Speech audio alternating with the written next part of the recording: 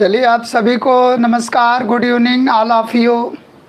आ जाइए सभी लोग, सभी लोगों को ढेर सारा नमस्कार। आदरणीय मुख्यमंत्री जिसके इस अद्भुत अभ्युदय योजना में आप सभी लोगों का हार्दिक अभिनंदन और स्वागत करते हैं। Welcome all of you. आ जाइए, तुरंत कॉपी पेन लेकर आ जाइए और तुरंत तैयार हो जाइए, क्योंकि हम लोग शुरू करेंगे और स्टार्ट करने वाले हैं हम लोग।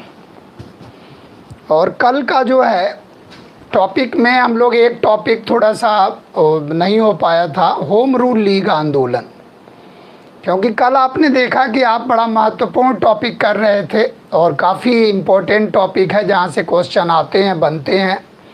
उसको आप लोगों ने धैर्यपूर्वक देखा और उसको देखकर आप लोगों को एक असेसमेंट भी आ गया होगा धीरे धीरे, कैसे क्लब करेंगे घटनाओं को, कैसे जोड़ेंगे, कैसे लिंक करोगे आप घटनाओं को। क्योंकि जब आपके पास कंटेंट है तो आप घटनाओं को जोड़ सकते हो। तो उसमें एक चीज़ हम लोगों ने देखा कल, बंग भंग से हम लोगों ने शुरू किया और बंग भंग का हम लोगों ने देखा कि कारण क्या हो सकता है और सरकार की तरफ से क्या कारण रखा गया और बंगाल को विभाजित कर दिया गया और वो जन जागृति का एक बहुत बड़ा केंद्र बना। महिलाएं भी भाग लीं और पर्दा छोड़कर जो है और विदेशी वस्तुओं का बहिष्कार किया गया, स्वदेशी को हाईलाइट किया गया। और आपने देखा कि शिक्षा के क्षेत्र में, साहित्य के क्षेत्र में, स्वदेशी के क्षेत्र में, उद्योग धंधों के क्षेत्र में और कला, वास्तुकला, कला के क्षेत्र में और नेशनल स्कूल ऑफ थॉट के क्षेत्र में, मॉडर्न ड्रामा के क्षेत्र में ढेर सारे प्रभाव पड़े। यानी कि बड़ा दूरगामी प्रभाव पड़ा उसका और एक जन जागृति लाने का बहुत बड़ा एक आंदोलन हो गया स्वदेशी और बहिष्कार आंदोलन। स्वदेशी और बहिष्कार आंदोलन याद रखना है और उसमें आपने देखा कि वंदे मातरम के उद्घोष किए गए, अमार शोनार बांग्ला का नारा लगाया गया। इस तरह से आप देखें कि बड़ी जन जागृति आई, नेशनल स्कूल खोले गए, राष्ट्रीय शिक्षा परिषद की स्थापना की गई, डांस सोसाइटी की स्थापना की गई, एंटी सर्कुलर सोसाइटी की स्थापना की गई। तो बहुत चहलकदमी थी। उसके बाद आपने देखा कि अखिल भारतीय मुस्लिम लीग का जन्म हो गया ढाका में दिसंबर 1906 में। उसके बाद आपने देखा कि एक और जो है हम लोगों की विफलता रही, सूरत में कांग्रेस का विभाजन हो गया। और फिर आपने देखा कि राजनीतिक शून्यता आ गई एक। और उसके बाद मिंटो मार्ले, एक तरह से मार्ले मिंटो सुधार हो गया, जिसमें मुस्लिम वर्ग के लिए पृथक सांप्रदायिक निर्वाचन मंडल की घोषणा कर दी गई। उसके बाद आपने देखा कि बहुत जब प्रेशर धीरे धीरे देखने को मिला तो लॉर्ड हार्डिंग सेकंड के समय में दिल्ली दरबार का आयोजन हुआ। और जब दिल्ली दरबार का आयोजन हुआ तो आपने देखा कि बंग भंग को रद्द कर दिया गया और दिल्ली को परिवर्तन की घोषणा की गई कि एक तरह से राजधानी परिवर्तन कर दिया जाएगा। और इसके बाद आपने देखा कि लखनऊ अधिवेशन, एक तो सूरत अधिवेशन से इनका विभाजन हुआ था और लखनऊ अधिवेशन से इनका मिलन हुआ था। यानी कि लखनऊ अधिवेशन जो अंबिका चरण मजूमदार के अध्यक्षता में हुआ है, वो किसके लिए प्रसिद्ध रहा है? तो लखनऊ अधिवेशन प्रसिद्ध रहा किसके लिए? यानी कि एक तरह से अगर उसको देखा जाए तो लखनऊ अधिवेशन यूनिफिकेशन के लिए जाना जाता है। यानी कि तिलक और एनी बेसेंट के प्रयासों से गरम और नरम दल का एकीकरण हुआ और मोहम्मद अली जिन्ना और तिलक और एनी बेसेंट के संयुक्त प्रयासों से कांग्रेस और लीग का एकीकरण हुआ। और आपने देखा कि 1915 में फिरोज शाह मेहता और गोखले की मृत्यु हो जाती है और 1915 में ही गांधी जी का आगमन होता है। यानी कि एक तरह से देखा जाए तो 9 जनवरी 1915 को गांधी जी साउथ अफ्रीका से वापस आ जाते हैं और सदैव के लिए वापस आ जाते हैं, न जाने के लिए। क्योंकि जब उन्होंने बनाया था साउथ अफ्रीका को तो बीच में वो आते जाते रहते थे। तो 96 में आए, फिर 1901 में आए, फिर जो है आपने देखा कि फिर जो है गांधी जी एक तरह से कह लीजिए फिर आए, जो है एक बार और आए थे। उसके बाद फिर जो है 1902 में गए और फिर 1915 में गांधी जी आए। तो बीच में आते जाते रहते थे गांधी जी। तो इस प्रकार से आप देखोगे फिर जब गांधी जी लौट के आए तो लखनऊ अधिवेशन में वो भाग भी लिए थे, 1916 का जो लखनऊ अधिवेशन है। और वहीं पर उनको सूचना मिली थी चंपारण, राजकुमार शुक्ल से किसानों के समस्या के बारे में अवगत हुए वहाँ, और उसके बाद ही वो अपना चंपारण मूवमेंट पर चले गए। तो आज हम लोग थोड़ा सा देखेंगे जो है होम रूल लीग आंदोलन के बाद फिर गांधीयन स्कूल ऑफ थॉट में आ जाएंगे, यानी कि गांधीवादी विचारधारा में आ जाएंगे। अब हम लोग देखना चाह रहे हैं कि होम रूल लीग आंदोलन, होम रूल लीग आंदोलन का आप अध्ययन करोगे तो इसमें दो प्रकार से आपको अध्ययन करना पड़ेगा। एक तो पहले इन लोगों ने डिसाइड किया कि साथ साथ चलाएंगे, लेकिन फिर वैचारिक मतभेद रहा और बहुत से उदारवादी नेता एक तरह से तिलक के साथ चलाने का विरोध कर रहे थे। और इस प्रकार से अलग अलग जो है जब 1900 एक तरह से कह लीजिए कि जब एक तरह से रखा गया प्रस्ताव कि हम लोग साथ साथ चलाएंगे और जब बात नहीं बन पाई तो फिर जो है अलग अलग इन लोगों ने अपनी होम रूल लीग आंदोलन चलाया। तिलक ने चलाया और एनी बेसेंट ने चलाया। तो इसमें कभी कभी क्वेश्चन आता है कि होम रूल लीग की आइडिया किसके दिमाग की उपज है। तो अगर आ जाए the concept of home rule league first of all originated in the mind of Annie Besant Ireland, यानी कि आप 1870 के दशक में देखो तो आयरलैंड में एक तरह से होम रूल लीग आज़ादी का वहाँ पर चल रहा, क्योंकि उत्तरी आयरलैंड आप देखोगे तो वो भी एक गुलामी का शिकार था। जैसे आप देखते हो कि ग्रेट ब्रिटेन और प्लस उत्तरी Ireland is equal to UK, United Kingdom. कभी भी आप देखो यूनाइटेड किंगडम के हिस्से में जो है उत्तरी आयरलैंड भी आता है, यूके यानी कि ग्रेट ब्रिटेन भी आता है। तो ग्रेट ब्रिटेन का मतलब क्या है कि वेल्स, स्कॉटलैंड और इंग्लैंड और प्लस दक्षिणी आयरलैंड, उत्तरी आयरलैंड पर अधिकार अपना जमाए हुए है, यानी कि ग्रेट ब्रिटेन। तो उसको पूरा को मिला के यूके कहा जाता है, यूनाइटेड किंगडम कहा जाता है। तो वहाँ भी अत्याचार किया था ब्रिटेन ने। तो वहाँ आप देखोगे कि एक बहुत बड़े समाजवादी लीडर रहते हैं जिनका नाम रहता है रेडमोंड। तो रेडमोंड के प्रयासों से जो है वहाँ पर होम रूल लीग आंदोलन चलाया जा रहा था। तो जब एनी बेसेंट 1913 में गई जो है आयरलैंड, तो इनको वो आइडिया मिला और वहाँ लोगों ने सुझाव दिया कि भाई आप भी जो है होम रूल लीग यानी कि स्वराज्य यानी कि गृह शासन स्थापित करने की बात के लिए आंदोलन चला सकते हो। तो वहाँ से इनको आइडिया मिली और वो आइडिया लेके आई और 1914 में आप देखोगे तो ये कांग्रेस में धीरे धीरे शामिल हो गई। और उसके बाद आप देखोगे 15 में प्रयास एक तरह से शुरू करने का किया गया, लेकिन वो एक साथ नहीं हो पाया, तो अलग अलग लोगों ने प्रयास किया। तो आप देखोगे आइडिया किसका रहता है, तो एनी बेसेंट का, लेकिन शुरू किसने किया, तो बाल गंगाधर तिलक। यानी कि 28 अप्रैल 1916 को पुणे में, यानी कि पुणे में शुरुआत हो जाती है बाल गंगाधर तिलक के लीग की। यानी कि अप्रैल 1916 में महाराष्ट्र होम रूल लीग की स्थापना हो जाती है पुणे में। और पुणे में स्थापना हो जाती है तो इसकी शाखाएं उतनी ज़्यादा तो नहीं रहती हैं जितना एनी बेसेंट की हैं। इसमें आप देखोगे बहुत ज़्यादा शाखा तो नहीं है, लेकिन मेंबर इसमें ज़्यादा हैं। आप देखोगे सदस्य संख्या के दृष्टिकोण से देखा जाए तो जो बाल गंगाधर तिलक की लीग है वो समृद्ध है, लेकिन अगर शाखाओं के दृष्टिकोण से देखा जाए, क्योंकि एनी बेसेंट में क्या होता था कि अगर 2-4 लोग भी जुड़ जाते थे तो एक शाखा का निर्माण हो जाता था। तो वहाँ आप देखोगे 200 प्लस शाखाएं थी और मैक्सिमम आप देखोगे तो मद्रास अड्यार के तरफ शाखाएं स्थापित थी, क्योंकि ये थियोसॉफिकल से भी जुड़ी थी। तो सर्वाधिक शाखाएं अगर देखा जाए तो एनी बेसेंट के लीग में थी, लेकिन सदस्य संख्या के दृष्टिकोण से देखा जाए कौन रिच है, तो बाल गंगाधर तिलक। तो बाल गंगाधर तिलक को देखोगे आप तो जोसेफ बैप्टिस्टा के नेतृत्व में महाराष्ट्र होम रूल लीग की स्थापना हो रही है। यानी कि 28 अप्रैल 28 अप्रैल 1916 को तिलक की होम रूल लीग पुणे में स्थापित हो रही और इसके अध्यक्ष बन रहे हैं जोसेफ बैप्टिस्टा जो है इसके अध्यक्ष बन रहे हैं।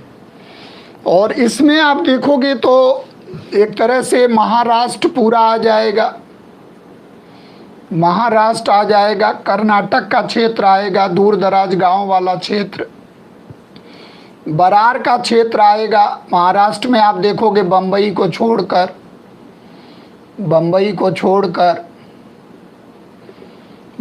छोड़कर बरार का आ जाएगा, मध्य प्रांत वाला आ जाएगा, मध्य प्रांत का हिस्सा आ जाएगा। बकिया आप देखोगे कि बम्बई को छोड़कर शेष भारत में जो है, यानी कि बम्बई समेत जो है ये वाला एरिया अगर छोड़ दिया जाए तो बम्बई समेत शेष भारत में जो है वो एनी वेसेंट की लीग रही। तो सदस्य संख्या इनकी ज़्यादा रही है, शाखाएं इनकी कम है लेकिन सदस्य संख्या इनकी ज़्यादा है। और इसी आंदोलन के दौरान आप देखोगे तो इन्होंने मराठा और केसरी नामक समाचार पत्रों का सहारा लिया। और ये मराठा और केसरी आप देखोगे तो 1881 से हैं। ये 1881 से आप देखोगे प्रिंटिंग प्रेस जब इन्होंने लिया था तभी से मराठा और केसरी हैं। और मराठा आप देखोगे तो मराठा अंग्रेजी में, दोनों को आप उलट दोगे तब पता चलेगा। और ये साप्ताहिक पत्र है, अंग्रेजी में है। और केसरी मराठी में, कभी आएगा तो गलत मत कर देना इसको। और ये दैनिक में, इसमें ज़्यादा जो है आप देखोगे तिलक के प्राय जो एक तरह से अग्रेसिव विचार हैं। और ये केलकर और आगरकर के पत्र हुआ करते थे, उनके भी संपादन में ये था, यानी कि मराठा और केसरी केलकर और आगरकर का पत्र हुआ करता था। फिर बाद में आप देखो बाल गंगाधर तिलक का मुखर पत्र हो जाता है। तो ये बार बार जो 1882 में बाल गंगाधर तिलक जेल गए और फिर 90 के दशक में 96-97 के आसपास जेल गए 18 माह के लिए, वो भी केसरी का प्रकरण। तो कभी भी आ जाए कि अपने किस पत्र के लिए बार बार जो है जेल की सज़ा बाल गंगाधर तिलक को हुई, तो वो केसरी मुखर पत्र था इनका, जिसमें वो अग्रेसिव विचारों के लिए फेमस था।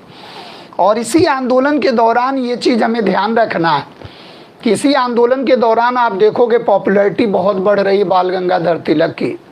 लेकिन चूंकि प्रथम विश्व युद्ध भी चल रहा है, जगह जगह पर आप देखोगे हिंसक घटनाएं भी हो रही हैं और युवा जो है क्रांतिकारी रास्ते पर चल रहे हैं। ढेर सारे षड्यंत्र केस आप देखोगे, पीछे आप देखोगे अलीपुर षड्यंत्र केस, नासिक षड्यंत्र केस, हावड़ा षड्यंत्र केस, जितने आप सतारा षड्यंत्र केस, ढेर सारे षड्यंत्र केस लगा के, और अंग्रेज उनकी गिरफ्तारी करके कुछ को काले पानी की सज़ा भेज दे रहे हैं, कुछ को कारावास की सज़ा दे रहे हैं। इस तरह से सप्रेस कर रहे हैं। और भारत रक्षा कानून लगाया गया कि आशंका के आधार पर किसी को गिरफ्तार किया जा सकता, क्योंकि प्रथम विश्व युद्ध चल रहा। तो उस समय आप देखोगे कि ये जो है एक तरह से इस समय बाल गंगाधर तिलक एक बहुत बड़ा नारा लगा रहे हैं कि जन्म सिद्ध, यानी कि स्वराज्य मेरा जन्म सिद्ध अधिकार है और हम इसे प्राप्त करके रहेंगे। यानी कि बहुत बड़ा एक मिशन चला रहे हैं कि स्वराज्य मेरा बर्थ राइट है और it was my political birth right and we shall have it. यानी कि हम इसे प्राप्त करके रहेंगे क्योंकि राजनीतिक अधिकार है ये हमारा जन्म सिद्ध अधिकार है, ये हमारा नैसर्गिक अधिकार है। ये हमें मांगना नहीं है, ये हमें स्वामी भक्ति के एवज में नहीं लेना, ये हमें रिवार्ड के रूप में नहीं लेना, ये हमारा इनबॉर्न राइट और इसे हम प्राप्त करके रहें। तो कभी कभी क्वेश्चन आता है कि किस समय ये बात बाल गंगाधर तिलक ने कहा था, क्योंकि बाल गंगाधर तिलक को आपको ध्यान रखना कि बाल गंगाधर तिलक 1889 वाली, जिसमें विलियम बेडनवर्थ बम्बई में होता आईएनसी का अधिवेशन और वहाँ पहली बार ये शिरकत लेते हैं, शामिल होते हैं। तो वहाँ से इनकी राजनीति शुरू होती है। तो क्वेश्चन आता है कि कहाँ पर बाल गंगाधर तिलक ने, और फिर आपने देखा कि वो संविधान सभा की बात और क्या क्या जो बाल गंगाधर तिलक ने, उसमें भी आप देखो स्वराज विधेयक इन्होंने प्रस्तुत किया था, उसमें इन्होंने बात किया जो है कि एक संविधान सभा भारत में, यानी कि संविधान के गठन की बात किया गया था। तो काफ़ी जो है अपने एक तरह से विचारों के लिए फेमस रहे हैं। तो क्वेश्चन आता है कि किस समय इन्होंने कहा कि स्वराज्य मेरा जन्मसिद्ध अधिकार और हम इसे प्राप्त करके रहेंगे। तो ये चीज़ ध्यान रखना, इसी आंदोलन के दौरान इन्होंने कहा था। इसके बाद आप देखोगे तो सितंबर में 1 सितंबर को 1916 को एनी बेसेंट के द्वारा, आयरलैंड की लेडी थी, थियोसॉफिकल सोसाइटी के लिए फेमस थी, एनी बेसेंट के द्वारा होम रूल लीग आंदोलन, यानी कि इनका जो होम रूल लीग आंदोलन था उसको क्या कहा गया, इंडियन होम रूल लीग आंदोलन।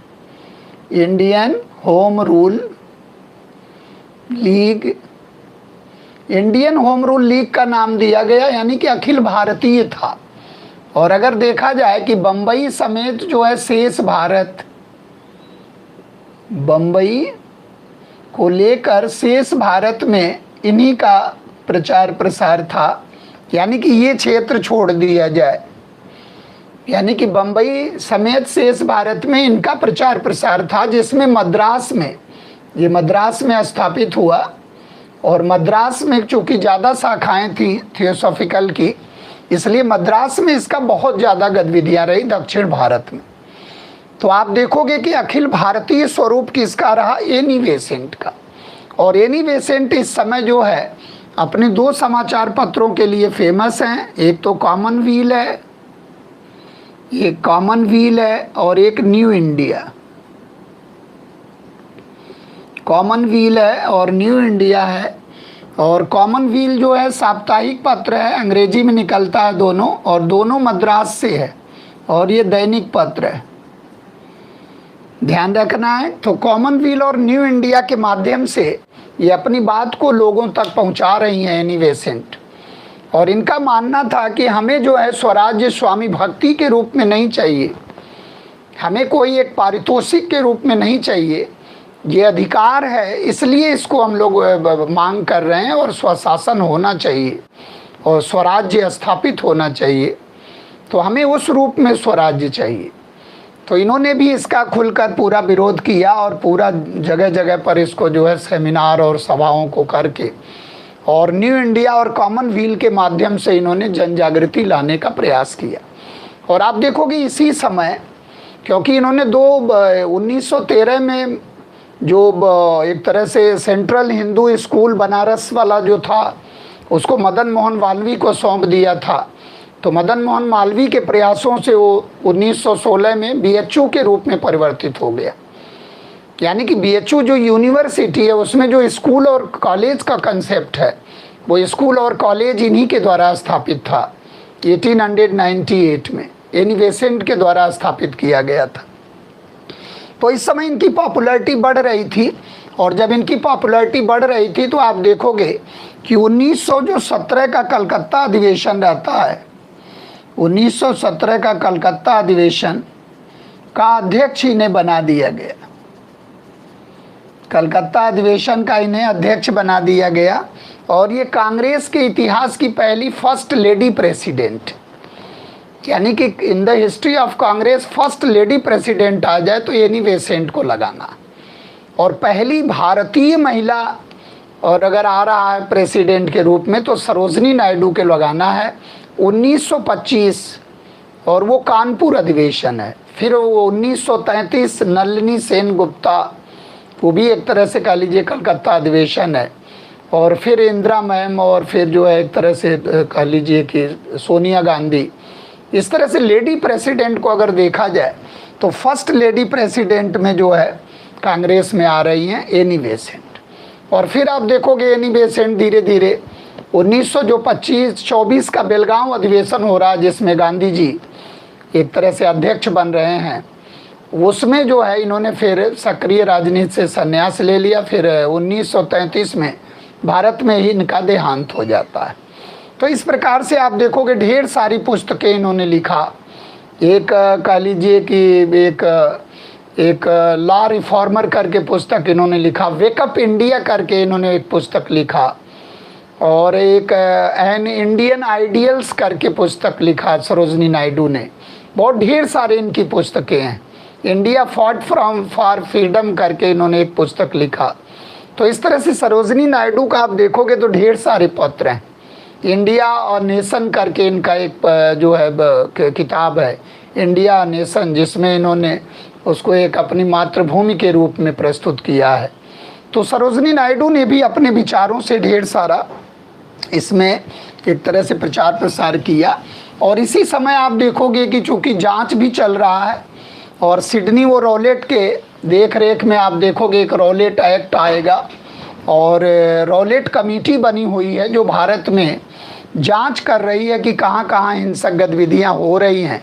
तो रॉलेट कमेटी बनी हुई, तो उसी में जांच के परिणाम स्वरूप जब 18 में वो रिपोर्ट प्रस्तुत की गई, रॉलेट रिपोर्ट आ गई, तो उसमें ये कहा गया कि भारत में जो है, जो वैलेंटाइन सिरोल है, वो आरोप लगाता है इंडियन अनरेस्ट का लेखक। वो कहता भारत में जो भी अशांति पैदा हो रही है वो उसके लिए जिम्मेदार हैं कौन? बाल गंगाधर तिलक और आर्य समाज। तो उसके ऊपर ये मानहानि का मुकदमा कर देते हैं, और वो मुकदमा लड़ने के लिए चले जाते हैं, यानी कि बाहर चले जाते हैं, लंदन चले जाते हैं। तो इस तरह से आप देखोगे होम रूल लीग आंदोलन एक तरह से विराम ले लेता है और रुक जाता है। और फिर आपने देखा कि जो है 18 में फिर विभाजन हो जाता है, क्योंकि वो 1917 में मॉन्टेग्यू घोषणा पत्र आ जाता है। 20 अगस्त 1917 को मॉन्टेग्यू घोषणा पत्र आ जाता है, और उसको लेकर फिर एक बार विभाजन हो जाता है, क्योंकि उदारवादी उसको मैग्ना कार्टा कहते हैं, जबकि उग्र राष्ट्रवादी उसको कहते हैं कि भाई ये तो एक बिना सूर्य के ही उषा है। तो उस पर लेकर फिर फ्रैक्शन हो जाता है, और फिर सुरेंद्र नाथ बनर्जी के नेतृत्व में ये फिर जो है अलग हो जाते हैं राजनीति से, और उसके बाद फिर गांधी जी का राजनीति में पदार्पण होता है। तो इस प्रकार से हम लोगों ने होम रूल लीग तक इसको पहुंचाया। तो उधर प्रथम विश्व युद्ध भी चल रहा था। सारी घटनाओं को आपको अवलोकन करना, जब सारी घटनाओं को आप क्लब करोगे तब इंटरेस्ट आएगा, और तब आप इसको जो है जोड़ने का प्रयास शुरू कर दोगे।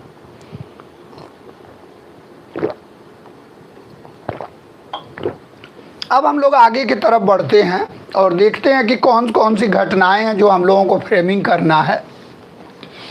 अब हम लोग चलते हैं गांधीवादी स्टेज में, यानी कि गांधीयन स्कूल ऑफ थॉट, यानी कि गांधीवादी चरण में हम लोग प्रवेश कर जाएंगे।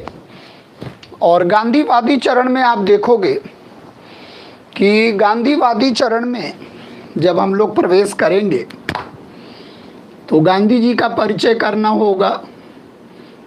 गांधीवादी चरण,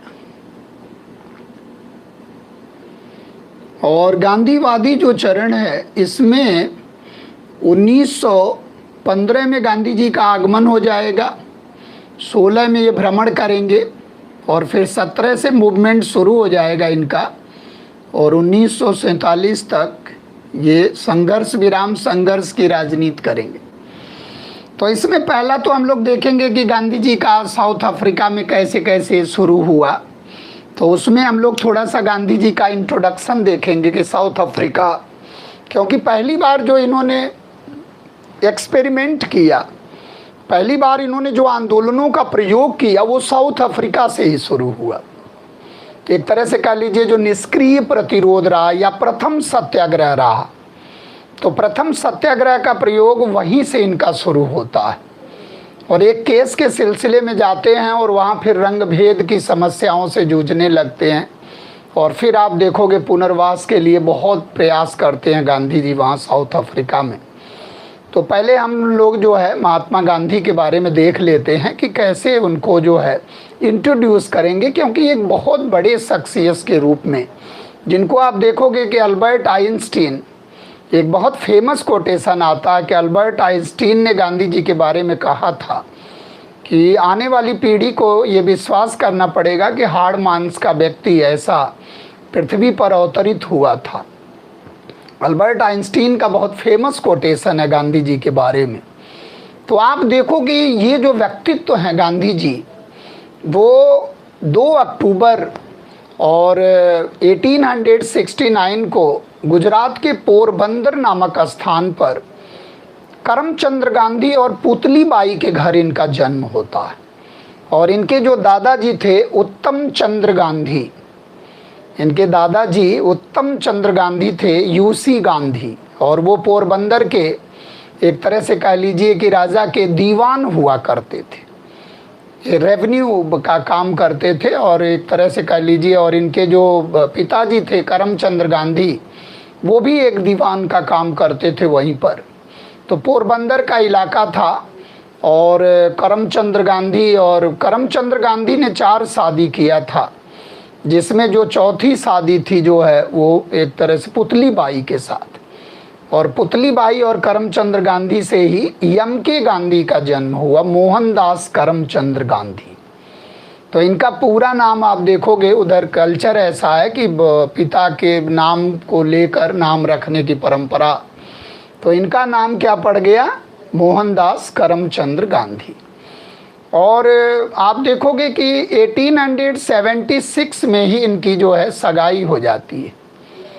एक माकन लाल करके हैं, गोकुल दास माकन करके हैं, एक बहुत बड़े ट्रेडर्स हैं, उन्हीं के पुत्री कस्तूरबा गांधी के साथ इनकी सगाई तय हो जाती है 76 में। और 83 में इनका विवाह हो जाता है। तो 83 में आप देखोगे इनका विवाह हो जाता है कस्तूरबा गांधी के साथ। और एक तरह से कह लीजिए कि इनको जो है मोनिया के नाम से लोग पुकारते थे बचपन में। और इनके जो है आप देखोगे तो 4 बेटे हुए। और जैसे आपका जो है देवदास, रामदास और हरीलाल, मणिलाल। हरीलाल इनके जो है बड़े बेटे थे, हरीलाल, मणिलाल और रामदास और देवदास।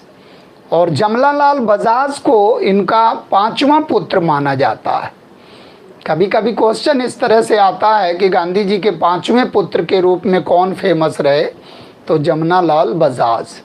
तो थोड़ा सा लाइफ स्केच हमें लोगों को थोड़ा सा ध्यान रखना है, जिसमें आप हरीलाल देखोगे तो हरीलाल बड़े फेमस रहे हैं। और हरीलाल को कहा जाता है कि ये इंग्लैंड जाने के लिए तैयार हो रहे थे, तो गांधी जी ने मना कर दिया, क्योंकि इन्होंने देखा वहाँ का परिवेश कैसा था, बैरिस्ट्री करने गए थे। तो हरीलाल जो है जब जिद कर लेते हैं तो फिर 1911 में एक तरह से कह लीजिए अनबन हो जाता और घर बार छोड़ देते हैं।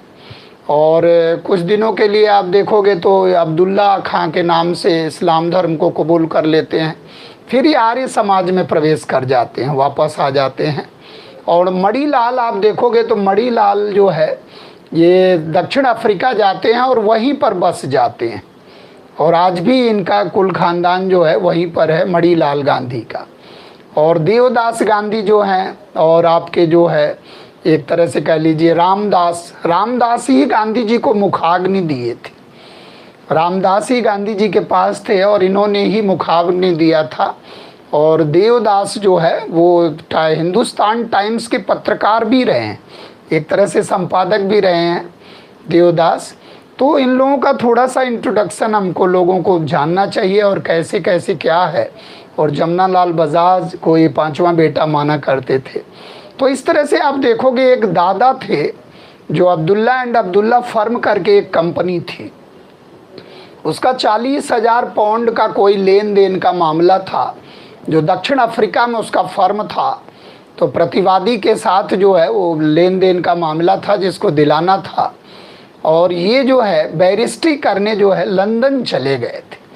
और लंदन से यानी कि 89 में ये गए लंदन बैरिस्ट्री के लिए, और 91 में ये लंदन से बैरिस्ट्री करके आ गए। इनर टेम्पल वहाँ पर था जो है, वहीं से बैरिस्ट्री किए, इनर टेम्पल करके था जो है कॉलेज जो है। वहाँ से बैरिस्टर होने के बाद ये 1891 में भारत आ गए। और जब 1891 में भारत आए तो ये गुजरात में और राजकोट में और राजपूताना में आप देखोगे जगह जगह पर प्रैक्टिस करने का प्रयास किए, लेकिन कोई ख़ास प्रैक्टिस नहीं चली। उसके बाद अब्दुल्ला एंड अब्दुल्ला कंपनी के केस के सिलसिले में 1 वर्ष के कॉन्ट्रैक्ट पर 1 वर्ष का एग्रीमेंट हुआ था और ये चले गए दक्षिण अफ्रीका। 1893 में ये दक्षिण अफ्रीका चले जाते हैं और 1893 में ये दक्षिण अफ्रीका चले जाते हैं और यहाँ केस लड़ते हैं और केस जीत जाते हैं। जो केस था अब्दुल्ला एंड अब्दुल्ला कंपनी का केस, और वो केस ये जीत जाते हैं और एक तरह से कह लीजिए कि पहली जीत रहती है इनकी इस तरह से दक्षिण अफ्रीका में। लेकिन ये जो है और उसी दौरान एक घटना हो जाती है जब ये डरबन से प्रिटोरिया जा रहे थे। ये ध्यान रखना है, डरबन से प्रिटोरिया जा रहे थे। तो बीच में एक स्टेशन पड़ा जिसको हम लोग मेरित्सबर्ग कहते हैं, और मेरित्सबर्ग जो है ये स्टेशन पड़ा और यहाँ पर इन्हें ट्रेन से उतार दिया गया। फर्स्ट क्लास के डब्बे में बैठे हुए थे और टिकट भी था इनका फर्स्ट क्लास का, लेकिन वहाँ इनको और चेक करने जब आए तो गोरे कालों का विवाद बहुत था, रंग भेद का, तो वहाँ इन्हें जो है उतार दिया गया ट्रेन से। तो ये घटना कहाँ की है? मोरित्सबर्ग की घटना है। और इसके बाद आप देखोगे तो मेरित्सबर्ग की घटना है और यहाँ ये दिन रात भर वहाँ रहे और इसके बाद इन्होंने वहीं से इनका दृष्टिकोण चेंज हो जाता है और वहीं से ये ठान लेते हैं कि साउथ अफ्रीका में, दक्षिण अफ्रीका में जो ये अपार्थीड की समस्या है, जो ये काले गोरे की समस्या, रंग भेद की समस्या, इसको समाप्त करना, इससे जो लोग यहाँ जूझ रहे हैं उससे जो है निजात दिलाना है, क्योंकि ये तो बहुत गलत बात है। तो वहाँ फिर ये जो है एक तरह से अभियान शुरू कर देते हैं और वहाँ नटाल में, जो दक्षिण अफ्रीका में नटाल है, वहीं नटाल में ये नटाल इंडिया कांग्रेस की स्थापना कर देते हैं। नटाल इंडिया कांग्रेस की स्थापना कर देते हैं ये और वहीं पर अपना आंदोलन शुरू कर देते हैं। और 1896 में जब ये भारत आते हैं परिवार को लेने के लिए, तो ये मतलब जब जिस जहाज़ से आते हैं तो वो ग्रीन पैम्पलेट तैयार करते हैं और ये इसी के बारे में पूरा कंटेंट लिखते हुए आते हैं भारत। और भारत आते हैं तो ग्रीन पैम्पलेट इनका बड़ा फेमस रहता है और ग्रीन पर्चा, जो हरे रंग का पर्चा जो बना के, और उसकी कई हजार प्रतियां यहाँ आने के बाद वो छपवाते हैं और उसको जो है बांट देते हैं और वहीं से ये हाईलाइट हो जाते हैं और उसके बाद अपना परिवार लेके ये दक्षिण अफ्रीका चले जाते हैं। उसके बाद आप देखोगे बीच बीच में ये आते रहते हैं और यहाँ आप देखोगे तो 1901 में कलकत्ता अधिवेशन जब हुआ था, ये दीनसा वाचा करके थे, इसके अध्यक्ष थे कलकत्ता अधिवेशन के, और यहाँ गांधी जी पहली बार एक तरह से कह लीजिए कि आईएनसी के अधिवेशन में भाग लिए थे। तो ऐसा नहीं है कि गांधी जी गए तो लास्ट में फिर आए जो है, तो यहाँ गांधी जी पहली बार आईएनसी के अधिवेशन में भाग लिए और इसके बाद गांधी जी ये समझ कर आए थे कि अब आवश्यकता पड़ेगी तभी दक्षिण अफ्रीका जाएंगे, नहीं तो यहीं रह जाएंगे। लेकिन फिर जो है वहाँ ऐसी समस्या उत्पन्न होने लगी कि वहाँ पर जो आप देखोगे तो एक बोअर युद्ध चल रहा था। 1899 से लेकर 1902 के मध्य वहाँ बोअर युद्ध था। बोअर युद्ध हो रहा था। बोअर कहते हैं डच को। डच और अंग्रेज़ों के साथ युद्ध चल रहा था, जिसमें अंग्रेज़ों के तरफ से एम्बुलेंस कोर का ये नेतृत्व किए थे। तो ये अंग्रेजी थोड़ा न्यायप्रियता में विश्वास करते थे और अंग्रेज़ों की तरफ ही थे ये, चूँकि नटाल जो है, नटाल प्रांत वहीं था, अंग्रेज़ों के पक्ष में था और नटाल है और ये सब जो है अंग्रेज़ों का वहाँ, जबकि डच अंग्रेज़ों से पहले वहाँ पहुँच गए थे। दक्षिण अफ्रीका में देखेंगे तो डचों की बस्ती जो है, जैसे ट्रांसवाल है, ऑरेंज फ्री स्टेट है, यहाँ डचों की बस्ती जिसको बोअर कहते थे, और वहाँ ट्रांसवाल में जो है हीरे और सोने मिलने का जो है वो जब मिलने लगा तो अंग्रेज आक्रमण कर दिए, अंग्रेज लड़ाई कर दी। और जब अंग्रेज़ों में डचों में लड़ाई हो गई तो गांधी जी अंग्रेज़ों के साथ से जो है अंग्रेज़ों का साथ देते थे और वहाँ इन्होंने मेडिकल कोर भेजा था इस लड़ाई में जो है, इसलिए बोअर मेडल भी इनको मिला था। जूलू मेडल, बोअर मेडल ऐसे मिलते थे। तो गांधी जी को फिर जाना पड़ा जो है, और 1902 में गांधी जी फिर चले गए साउथ अफ्रीका। और फिर आप देखोगे कि वहीं पर साउथ अफ्रीका में आप देखोगे इन्होंने इंडियन ओपिनियन नामक एक समाचार पत्र प्रकाशित किया। इंडियन ओपिनियन नामक समाचार पत्र प्रकाशित किया, जिसके संपादक जो है एक तरह से देवदास भी इसके संपादक हुआ करते थे। और एक तरह से कह लीजिए कि ये अफ्रीका में गांधी जी का पहला जो है पत्र है। और इसके बाद 1904 में एक इन्होंने फिनिक्स फार्म स्थापित किया। फिनिक्स फार्म स्थापित किया, फार्म हाउस टाइप का था फिनिक्स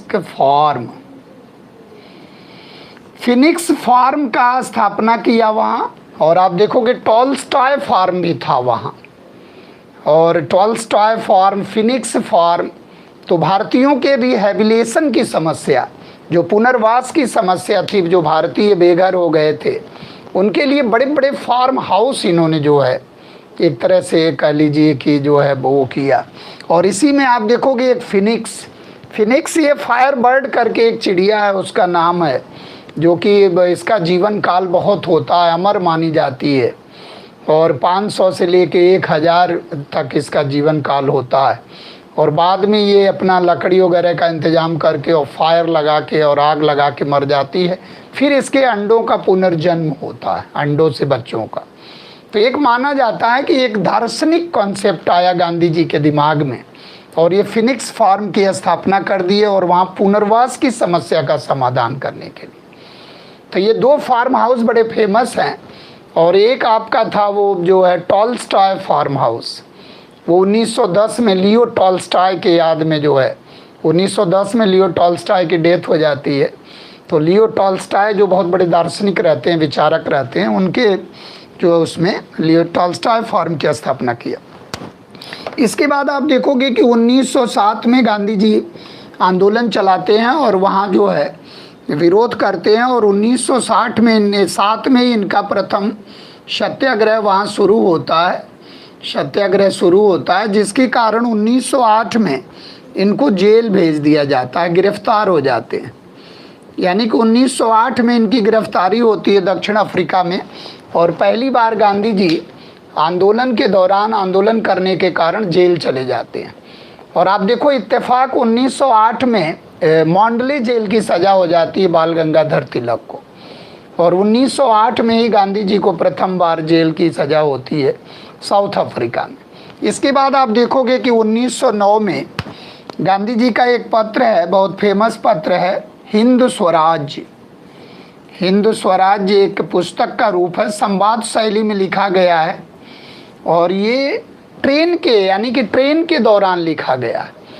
गांधी जी दक्षिण अफ्रीका से लंदन गए, और लंदन से जब वापस आ रहे थे तब ये मूल रूप से गुजराती में हिंद स्वराज नामक इन्होंने एक छोटा सा बुकलेट तैयार किया, और बाद में पुस्तक का रूप लिया ये, और 1910 में ये पुस्तक के रूप में प्रकाशित हुआ। तो कभी कभी क्वेश्चन आता है कि वाइल ट्रैवलिंग, यानी कि ट्रैवलिंग के दौरान गांधी जी का कौन सा पुस्तक लिखा गया, तो मूल रूप से गुजराती में है, और कौन सा है, हिंद स्वराज, इसको ध्यान रखना है। और ये 1910 में पुस्तक के रूप में प्रकाशित हुआ। और 1910 में ही गांधी जी के द्वारा एक तरह से कह लीजिए कि जो है टॉलस्टॉय फार्म हाउस की स्थापना कर दी गई। टॉलस्टॉय लियो टॉलस्टॉय के नाम से है, क्योंकि इन्होंने कई एकड़ जो है ज़मीन इनको दिया था यहाँ पर। और टॉलस्टॉय, इसी वर्ष इनकी डेथ हो गई लियो टॉलस्टॉय की, और टॉलस्टॉय फार्म हाउस की स्थापना इन्होंने दक्षिण अफ्रीका में कर दिया। इसके बाद आप देखोगे कि फिर गांधी जी जो धीरे धीरे वो 1915 में 1 जनवरी को अपने गुरु गोखले के कहने पर ये वापस लौट आते हैं। और गोखले इनके गुरु रहते हैं, गोपाल कृष्ण गोखले, और इनके परम गुरु रहते हैं महादेव गोविंद रानाडे। तो दक्षिण अफ्रीका में इनके द्वारा आप देखोगे ढेर सारा आंदोलन चलाया गया, बोअर मेडल लिया गया, बोअर में भी सहायता किए, डचों के विरुद्ध अंग्रेज़ों की सहायता किए, फिर अंग्रेज़ों के विरुद्ध अभियान किए, फिर भारत में भी वही स्थिति रही। जब इनका वापस होते हैं तो ये आप देखो कि 1916 में जो है ये दौरा करते हैं देश का, और 1916 में ही कांग्रेस के अधिवेशन में ये भाग लेते हैं जो लखनऊ में हुआ था। अब वहीं से हम लोग प्रवेश कर जाएंगे आंदोलनों के दुनिया में, यानी कि अपने गुरु गोपाल कृष्ण गोखले के कहने पर गांधी जी भारत की ओर आ जाते हैं, भारत में इनका प्रवेश हो जाता है और वापसी हो जाती है।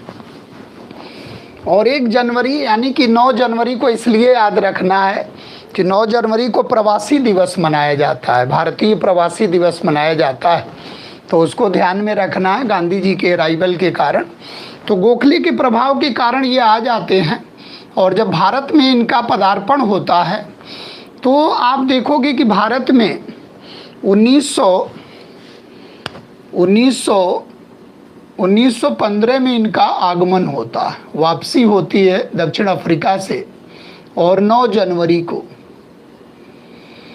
और 1916 में आप देखोगे ये देश का भ्रमण करते हैं, और 1915 में जैसे ही आते हैं तो वहाँ जो है साबरमती आश्रम की स्थापना कर दी जाती है।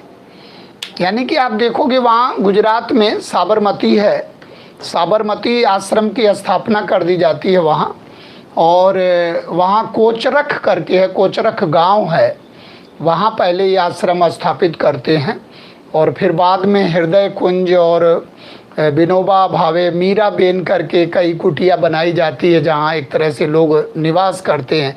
हृदय कुंज करके इनका बहुत बड़ा आश्रम रहता है, जहाँ जवाहरलाल नेहरू, राजेंद्र प्रसाद और राजगोपालाचारी आदि वहाँ जाकर ठहरे हुए थे। तो हृदय कुंज बड़ा फेमस आश्रम है। तो आप देखो कि 9 जनवरी को जब ये वापस हो जाते हैं तो 1916 को ये देश का भ्रमण करते हैं, और फिर 1916 में ही आप देखोगे लखनऊ अधिवेशन में ये भाग लेते हैं। लखनऊ अधिवेशन अभी हम लोगों ने पढ़ा था, अंबिका चरण मजुमदार वाला है। और इसी अधिवेशन में आप देखोगे कि बिहार के जो है उधर बेतिया जिले से एक आए थे, राजकुमार शुक्ल आए थे,